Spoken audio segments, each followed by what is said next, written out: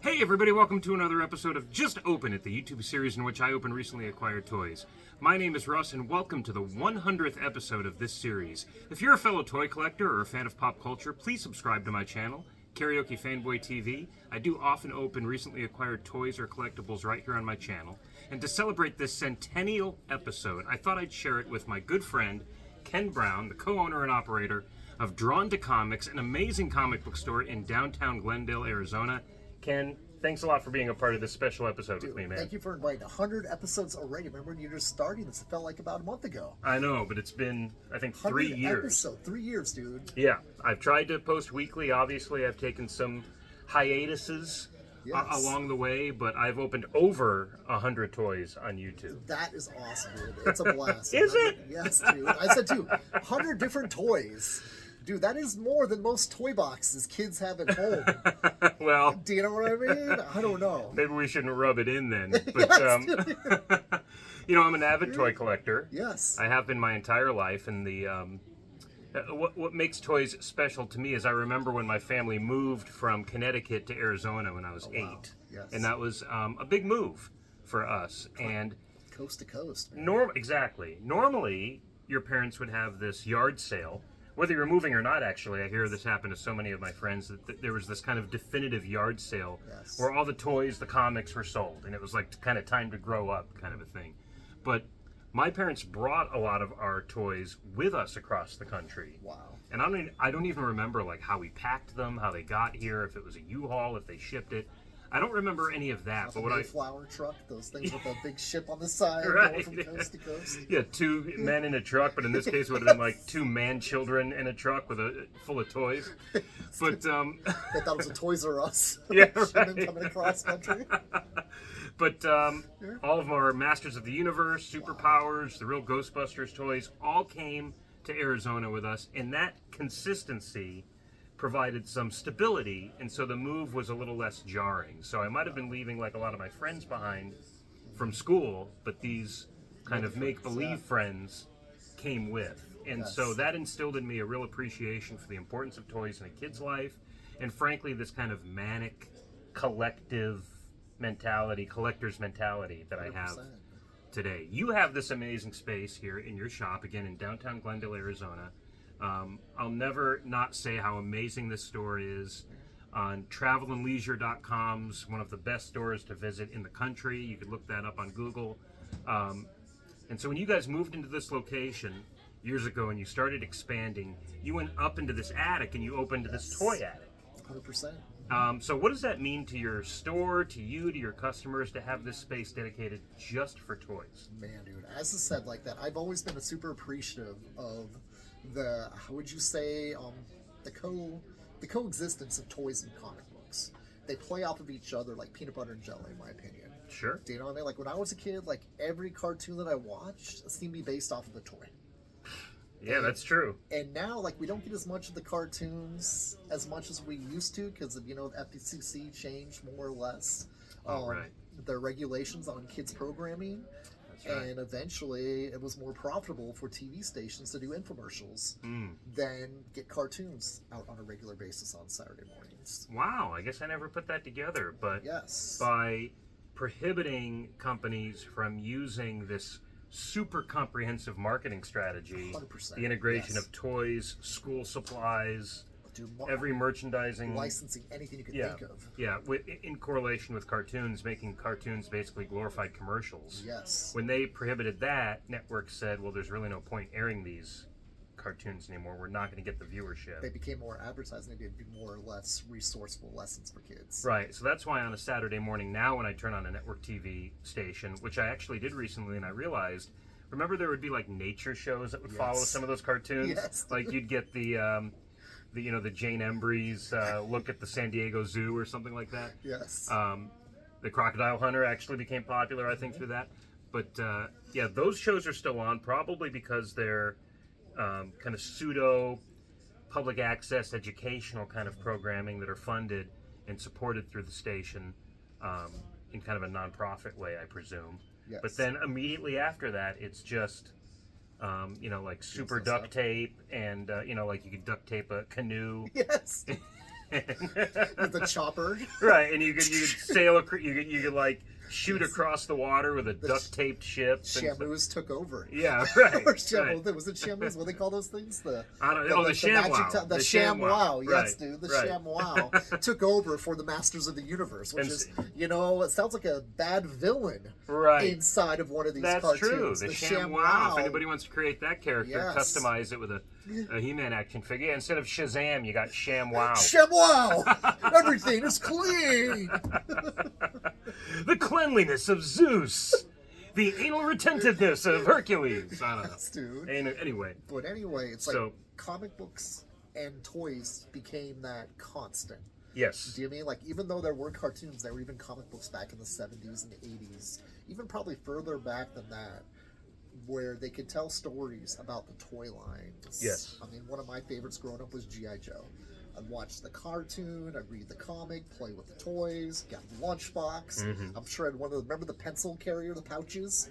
You Sure. could zip up and Sure. pull your Oh, pencils absolutely. and pens and protractors and all the school supplies. Absolutely. I mean, they marketed everything so well. And then, as I said too, like over time, we don't get as much of that licensing, but we still get a good amount of toys and comic books. I mean, shoot, we have even Robert Kirkman, the creator of Walking Dead and Invincible, Amazon, and who was AMC for bringing those comics to life in both cartoon and obviously TV show form for The Walking Dead. Yeah. But it is now all the people that grew up with it now creating it. Very true. And it's a blast to see, speaking of Kirkman, I guess bringing it all together, he's doing Transformers and G.I. Joe's universe. Absolutely. Called the Energon universe. Yeah. Yep. And, the Turtles, same type of thing too. Toys more of the 90s than the 80s when I grew up, so I kind of missed the Turtles toy generation. Okay, yeah. But, man, dude, like Eastman and Laird reuniting to do Last Ronin, it's made the Turtles uber hot again. I mean, we were just looking at it before we started the podcast. Turtles of Grayskull. Yeah, right. Got Masters of the Universe and Turtles combined into one toy. Here we go. I'm picking this up right here at the shop today. I'll be buying this and opening it in a future video. And if you need any ideas of how to play with these, you can read the comic series. Absolutely. Turtles of Grayskull does have a comic mini-series that is in print as we make this video. Wow. So the integration of comics and toys has inspired you and encouraged you to have this space here, and it's just a natural extension. It's like everybody in their lifetime has played with some form of toy. Sure. Whether it's like Hot Wheels, Barbies, Masters of the Universe, G.I. Joe, Transformers. Unless you're super isolated in a darkness retreat with Aaron Rodgers. Forgive me, Aaron Rodgers, for bringing up your name. But you have an opportunity to play with some form of toy to stay entertained as you grow and get ready for grade school or whatever reason that, do you know what I mean? Whether it's, something that's entertaining to you to make you through the day. I see. As a kid. Yeah, yeah. And now we have all grown up with this stuff. And if you walk into a store and you don't know anything about comics, there's probably a toy you recognize up here that you feel comfortable exploring not only our store to see what you enjoy, but hopefully we can talk to you about stuff you may not know about, which is the comic book aspect of it. That's a great point. I never realized that, the lifelong love of toys kind of keeps a doorway open to this whole world of comics. Yes, 100%. That we love. So that's, really important. That's very cool. Well, thanks you. for sharing those thoughts. No problem. I appreciate it. No, it's an honor to be able to be here. I got 2 points of business here. First, I've promised in my most recent videos that I will be raffling off this Spider-Man action figure from this series paying homage to the 90s animated series. Talk about a great series. Yeah, absolutely. Yes. I mean, that kind of defined the way so many of us looked at Spider-Man in the 90s. Yes. Kind of condensed all those epic storylines and presented it in this really entertaining animated way. So I bought this when it first came out, I think in 2022. Wow. And it was sitting around in my living room just because I wanted a cool Spider-Man toy. I didn't buy any of the other figures from this series. And as I was getting closer to this 100th episode, I thought, why don't I say thank you to everybody that's been watching and commenting on these videos by kind of raffling it off for somebody else that might also want a cool Spider-Man figure or maybe started collecting the series later and missed this one. Yes. So I did do kind of a random pull of recent subscribers and folks that commented. And I'm going to put that winner in the description of this video. I think his name is Jace, or their name, I don't know, is Jace Traber or Yes. Trader. So congratulations, Jace. This is your new Spider-Man action figure. That was kind of an anticlimactic way to announce this thing. I think his name is Jace or something. Yeah, anyway. I think you're right. Another Traber. Remember last Yeah. stage? I'm going to, again, put your handle, is that what you call it on YouTube, in the description of this video in the hopes that you'll be able to reach out to me and we can establish a way for me to get this to you. I'd be happy to ship it to you as just a special thank you for watching and commenting on my videos, and to all of you that have been watching the last 100 episodes. And I know I have many regular viewers. Thank you so much for making this a much more worthwhile experience than I anticipated. You know, I just started these videos in the hopes of making room in my apartment. You know, I'm in a nice one-bedroom apartment in downtown Phoenix, Midtown Phoenix, and I am an avid collector of comics and toys specifically, and you just start to kind of run out of room after a while, right? Where it's like, okay, I want a grown-up's apartment. I want the apartment to look like a big boy lives here, but I still love all this stuff, and my living room especially was becoming consumed with these toys because I started to kind of buy them faster than I thought to open them. Yes. I wasn't opening them fast enough. And even that's kind of the question. Do you open them? Do you keep some in the package because there might be a collectability to them? And I say forget that. I'm opening it. I want to enjoy it. There's a craftsmanship to these figures that I really appreciate as an adult. So just in the interest of making that space, getting the boxes out, putting the figures up on a shelf, to give myself that room, I started opening these videos and making the series as kind of a way to hold myself accountable. Like every week I got to open something. Yes. So my love of action figures was kind of reignited about 5 years ago. I'd still been collecting, but I wasn't necessarily going to the toy aisle and looking for something new as often as I have been in the last few years. And it's in large part because of the Masters of the Universe Origins series of figures. And the first thing I ever bought, the first thing I ever found from that series was Prince Adam and the Sky Sled. I've been holding on to this for 5 years. You can see it says new for 20. Remember 2020? Was that like yesterday? Well, if it was, you better put your mask on, buddy. Yes, but dude, I'm gonna say too. It's like that. Have they found a cure? You mean for my toy collecting fever? Yes, I don't think too. so. This is the new pandemic, is toy collecting. And it started during the pandemic, so we had all kinds of time. So I picked this up at a Walmart 5 years ago. Nice. It's been sitting on my shelf. There's even some dust on it here. Wow. And I am going to finally open it. And it means a lot to me to open this figure on this 100th episode because He-Man was the first cartoon action figure, even comic book series that I love. Nice. And when I say comic book series, that's because those toys came with mini comics. Oh, yes. So my love of comics started there. My love of toys, watching a cartoon series regularly. It all started with He-Man, so I was super excited when they announced this. The Battle Ram is my favorite He-Man vehicle, and the Sky Sled, as you can see here, is an extension of that vehicle. So I thought if this thing doesn't last, at least we get some version of that vehicle. And although this series has continued for 5 years, now it's less at retail and more as an online exclusive. We still have this version of the Battle Ram, and I'd love Mattel to see the rest of the thing so I could put it together and create that awesome vehicle. Yes. That I love so much. But I'm just going to rip this open.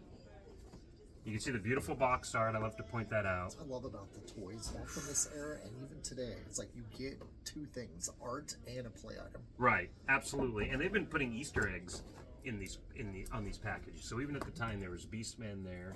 There's this kind of skeleton figure or somebody there in the corner fighting Tila. Even the Castle Grayskull in the background. Yeah, I mean, like just that you're not supposed to notice that, or it's awesome to have that as filling everything together. Like these battles took place on Eternia, and Castle Grayskull was such a major part of everything that took place every episode of He-Man and the Masters of the Universe. Totally. I'm just trying to see who that is, because at the time, like I said, this was the first thing to come out, and they're already integrating the package art. Like you can see here, Trapjaw. Trapjaw was not a part of that first wave of figures. He might have been in the second or third, but they're already kind of teasing that we're going to try to push this a little further than just the initial you know, the big 6 or 7. So Got Tila on there, Beast Yeah, Man. Tila. Who's this right here? that's what I was saying. I'm not sure Yeah. who this is. I think that's just like a skeleton warrior, one of Okay. Skeletor's like cronies or whatever. But you already have Rotan here, Fakers the on Wind, there. yeah, the Wind Raider. So they were already kind of setting the at stage. Arms, Yeah, let's this is see. going to be something. This Origins wave should be something. Was the Battle Cat the one I remember seeing? Was there a flocked version and an unflocked version? Or was that a San Diego Comic Con one back in the day? I'm trying to remember. Like, I swear I saw like a flocked version of. I don't think they ever Battle Cat. presented a flocked Battle Cat. Panther, yes. Maybe it was That's Skeletor's Panther. cat. That's yes. right. It was Skeletor's Panther cat. before. They didn't do Battle Cat though. Yeah, and you know what's funny is I bought the unflocked version, and then I found the flocked version, which is more true to the original from the Yes. 80s. So I returned the unflocked version and bought the flocked version.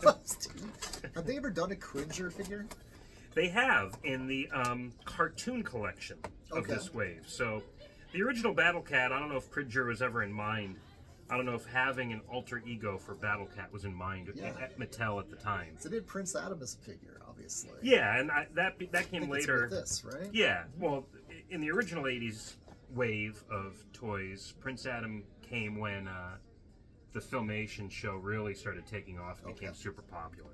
And I think that's like around wave, and there will be people that will correct me. But I want to say around 4 or 5 of the original He-Man figures, they were transitioning out of that kind of more Conan-like mythology Yeah. and getting into what Filmation was establishing. So you get the King and Queen, you get Prince Adam, you get Cringer, you get Orko Yeah. coming into the... Almost like John Carter and Conan mixed together. Very much so. Yeah, there's a little Star Wars. I mean, I'll be honest, as much as I love He-Man, there's nothing outrageously original about the concept. But I think that's Yes. what makes it so cool, is it took everything in the Flash zeitgeist. Gordon, I mean, every Yeah, little bit. To it took everything that would have appealed to my demographic at that time, a boy 5 years old. And so let's just put it all together. A little Star Wars, a little Conan, a little Flash Gordon, even a little G.I. Joe came into play Yes. later. You get weird characters like Rio Blast, where they're like kind of cowboys too. Yeah. Dinosaurs come in later, so it's like... Was Thundar the Barbarian before Masters of the Universe? Yeah. But this Thundar is to it too. finally, yeah, when you have a character that's has a power sword. Yeah. So, characters out. The folks that watch my videos know that I hate these right here. These bands right here. I know what Because you're talking about. I'm opening this toy as if I'm a Kid 9 years old, waiting kid, to open. and I just want to play with this thing, Yes. right? So I get this thing out, and I'm like, Mom, I can't. You know, Yeah. so like, I need a scissors. I need, you know.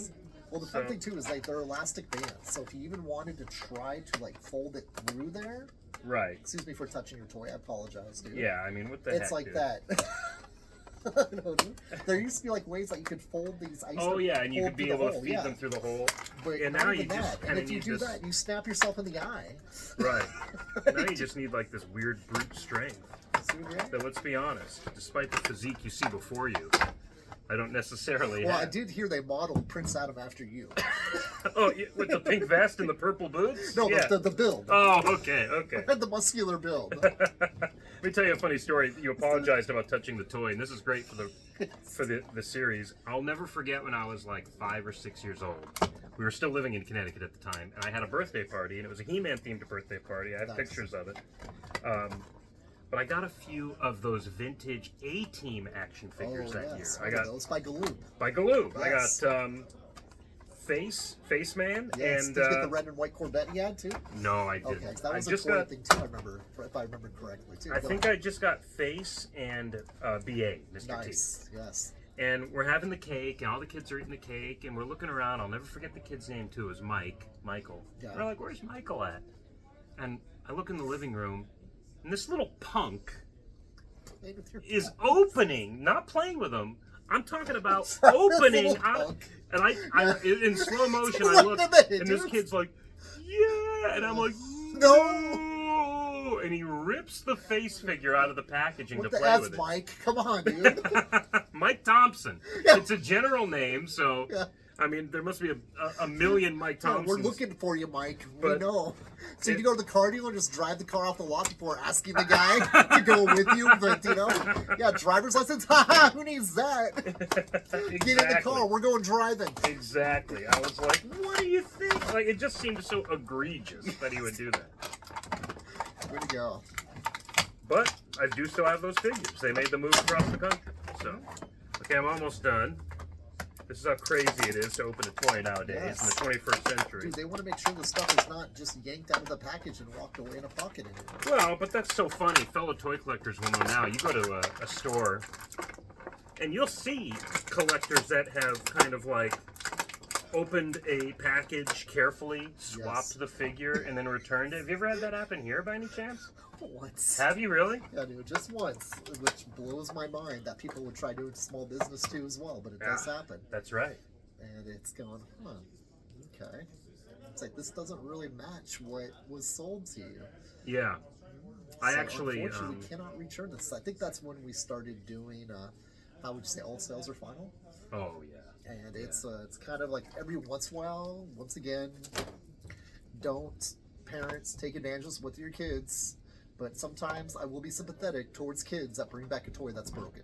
Oh. So that's something too. It's like that. That's not something that is, how would you say, a elaborate scheme as people would do to try to more or less get the toy they want or the weapons they want and return it with something else that is not what they want. That's a sweet thought that you would do that for the kids. Yeah, and I said too. That's what these are all for, dude. I mean, yeah, we love it as adults too because we all grew up with it, but when it comes to kids getting excited about toys, you got to embrace that. Because Absolutely. that's what's going to keep videos like this from, 20, 30 years from now. Another person may not be Russ and Ken sitting here, but someone else opening the toys for the first time that are homages to this now. Absolutely. Which is pretty epic, dude. And this is amazing about how much these look like the original 1980s Masters of the Universe figures, but still retooled for the next generation. I know these multiple points of articulation are amazing, and that's one of the aspects to this line that made me really excited 5 years ago when it came out. It was like He-Man was back at retail.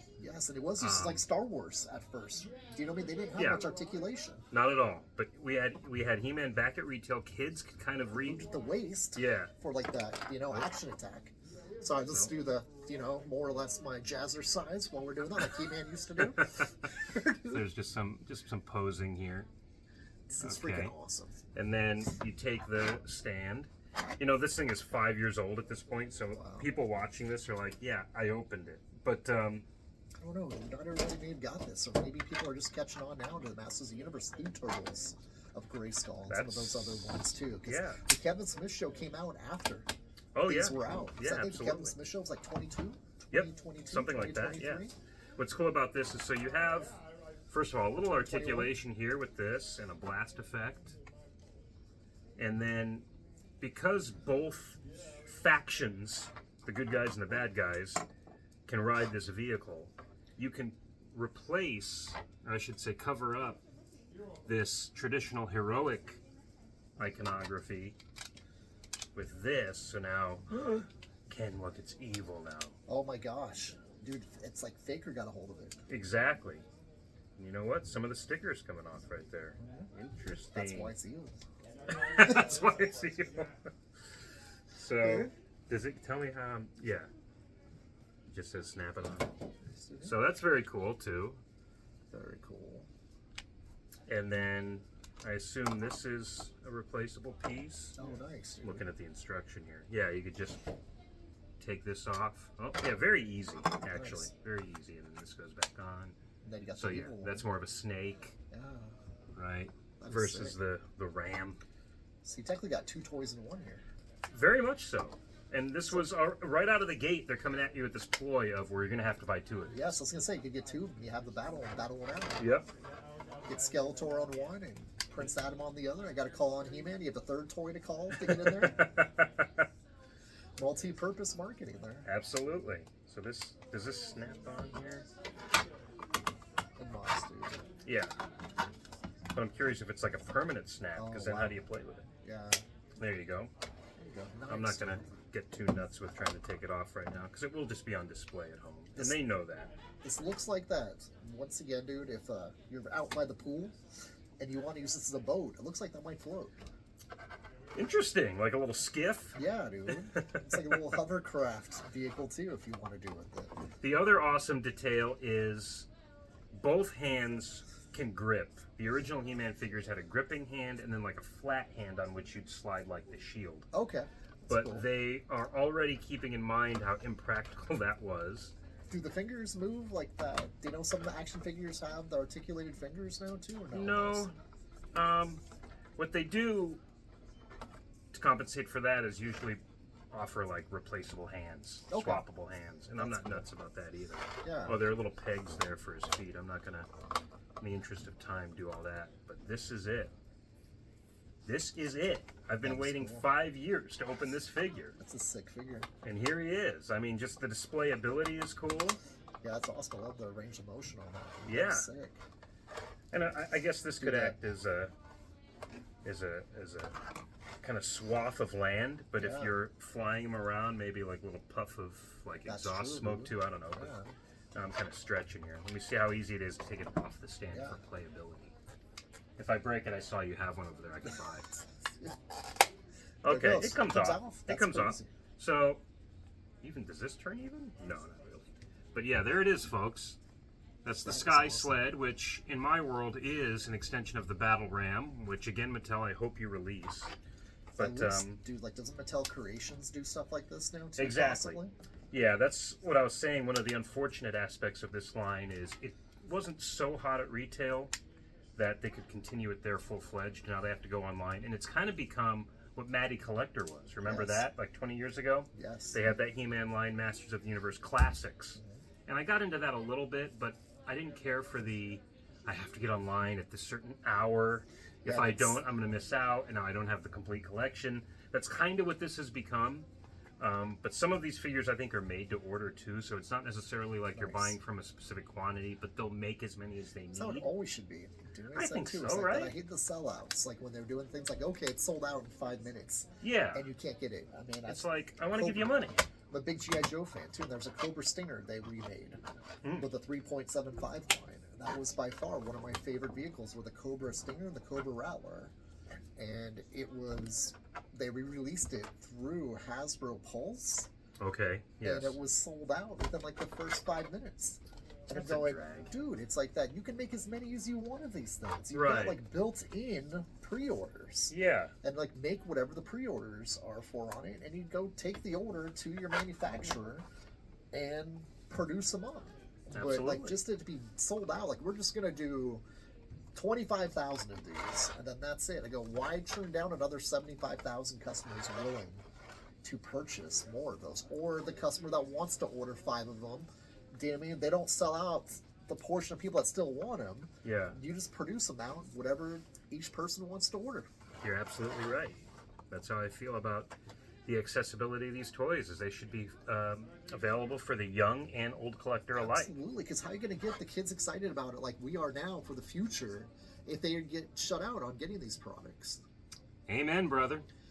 That's my soapbox. You can catch soapbox moments with me anytime at the shop. The one thing I do not lack is opinion. Well, listen, I'm going to wrap this up because we're pushing almost 30 minutes, and that's a long time for one of my videos. But this was a special episode. That's it's awesome. The 100th. Thank you for bringing me on with this, too. Thank you so much for letting me do this here in the store. I wanted to do something special, and I couldn't think of anything more special than sharing this moment with a great friend. Appreciate it. In one of my favorite spots, not just in Arizona, but on this planet. That is awesome. And with one of my favorite characters of all time, Prince Adam. That is so this is a really meaningful moment. I don't want it to end, but alas, it should. And it will right now. So thank you. Can I make one more joke about Prince Adam's hair? Sure. Okay. How come Pert Plus has never? They've done Mike Piazza. They've done Troy Polamalu. Why don't do an animated Pert Plus Masters of the Universe hair commercial for Prince Adam? There is a cross-promotional opportunity for you, Mattel, if I've ever heard it. Reach out. We'll see you at the next Super Bowl. It'll be an awesome commercial. Yes, dude. The Folks, Masters of the Hairverse. Yes. Oh, my gosh. Tune in next time, folks, when I grab another unopened toy from the huge pile in my living room and I say to myself, you know what? Just open it. Nice. I'll catch you next time. Thank you. That's it.